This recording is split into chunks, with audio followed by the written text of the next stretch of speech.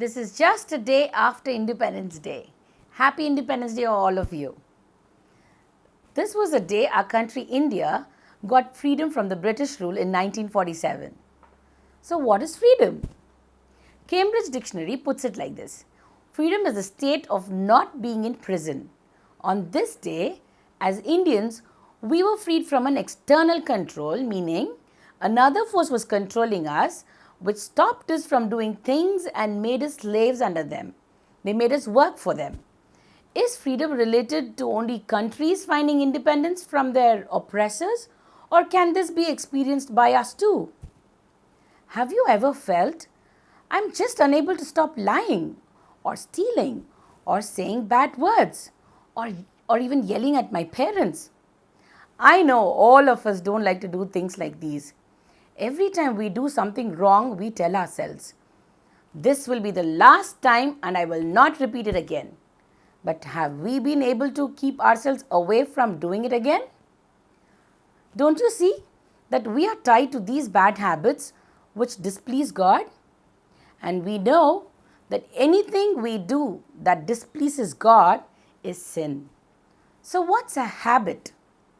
A habit is something you do over and over and it becomes hard to stop. It's an action or thought you repeat many times and it becomes a pattern in your life. Some habits are good and some are bad. Here are some examples of bad habits: making fun of others, telling made up stories so that other kids will like you better, keeping secrets from your parents, lying, arguing or talking back or yelling back at your parents or siblings, stealing, eating more food than you need, doing your work and studies lazily, spending too much time on the phone or TV. How about uncontrolled video games? Although the Word of God says in Galatians 3:14, you, my brothers and sisters, were called to be free.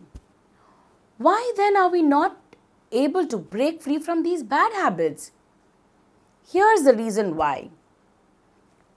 These bad habits are habits that get easier each time you do them.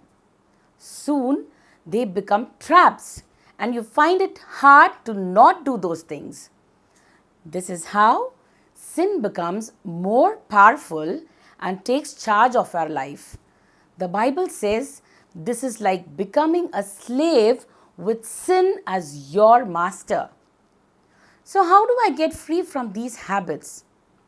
Jesus said, if you hold to my teaching, you are really my disciples. Then you will know the truth and the truth will set you free. What is hold to my teaching? That is doing what he said, which is obeying his word. So who are disciples? Disciples are followers, learners and friends of the Lord. And what is knowing the truth? Knowing the truth is nothing but understanding his word and learning, meditating and memorizing his word.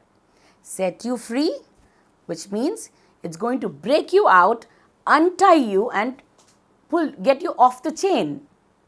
In other words, what this verse tells us is, when we do what he says, which is obeying him and follow it and learn his truth is going to set us free.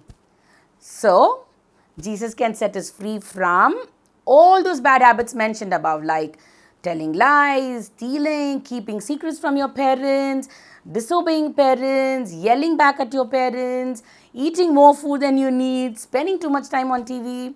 All of them, the Lord has promised that he's going to set us free. I remember this Native American story that I like. There was a grandfather who was telling a story to his grandson. The grandfather told his grandson that there was a continuous battle going on in his heart between two wolves. One was a black wolf and the other was a white wolf. The black wolf stood for those bad habits that we have, whereas the white wolf represented those good habits like love, kindness, gentleness, peace, loving, sharing and so on. So the grandson asked the grandfather, So which wolf will win, grandfather? Grandfather replied to him, both can win. The grandson was finding this answer very weird. How? He said it depends on which wolf you are feeding. If you choose to feed the bad wolf, the black wolf, your bad habits become stronger as days go on. But if you choose to feed the white wolf, which is developing habits like, loving, giving, sharing, working on those habits, you choose to make the white wolf stronger, and in a matter of time, the black wolf gets weaker and weaker and vanishes. So, here are a few suggestions how we can overcome these bad habits in our life. For example, you can write promises of God in a notebook and memorize it every day. Ask God to help you overcome and give you strength every day consistently. When something is upsetting you, move away from that place. Or when you speak rude to your parents or disobey, be quick to say sorry. You can also start healthy habits like reading a book or painting or drawing or even learning music. Learn to say no when your stomach is full. Avoid friendship of those who influence you into making fun of others or using bad words. And so, I don't have to live as a slave with sin as my master, because Romans 6:14 says, sin is no longer your master, for you are no longer living under the requirements of the law. Instead, you live under the freedom of God's grace.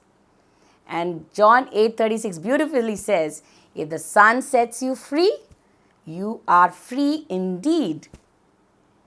Take care. God bless. I'm sure you all have been listening to the online Sunday school sessions and taking note of the tips. Here is the tips of this lesson. Title of the lesson is True Freedom. I, for me to introspect, am I truly free?